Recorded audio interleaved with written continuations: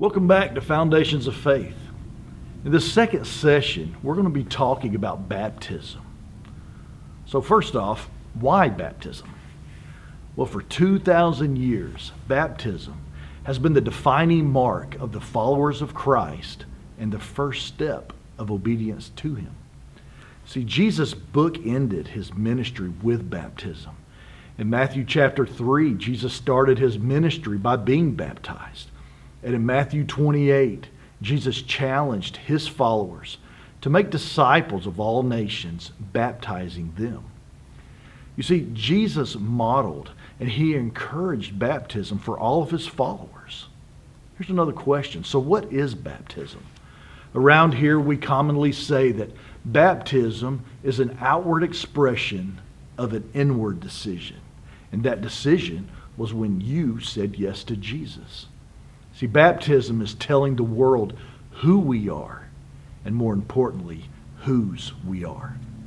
We declare that we are people who are free from our past and filled with hope for our future.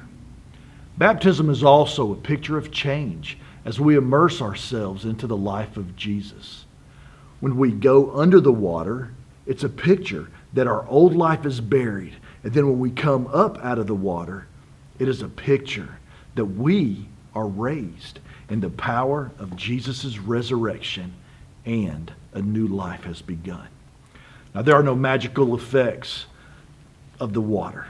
It's basic county water. But what it is a picture of obedience that has all the meaning of it. 2 Corinthians chapter 5, verse 17 says, "This means that anyone who belongs to Christ has become a new person. They're not the same anymore, for the old life has gone and a new life has begun." Now, if you're interested in being obedient and following that example of Christ in baptism, what I'd like you to do is to text the word faith to 706-449-0870, and you'll be sent a form that will get the process started. Now, this also leads us to another question. Who can be baptized? Anyone who has said yes to Jesus themselves and understands what Christ did for them on the cross can be baptized. There is no set age where the Bible says that someone is ready to be baptized.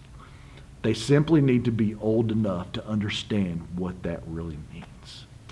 Thank you for watching this session, and don't forget to text the word faith. We'll see you next session.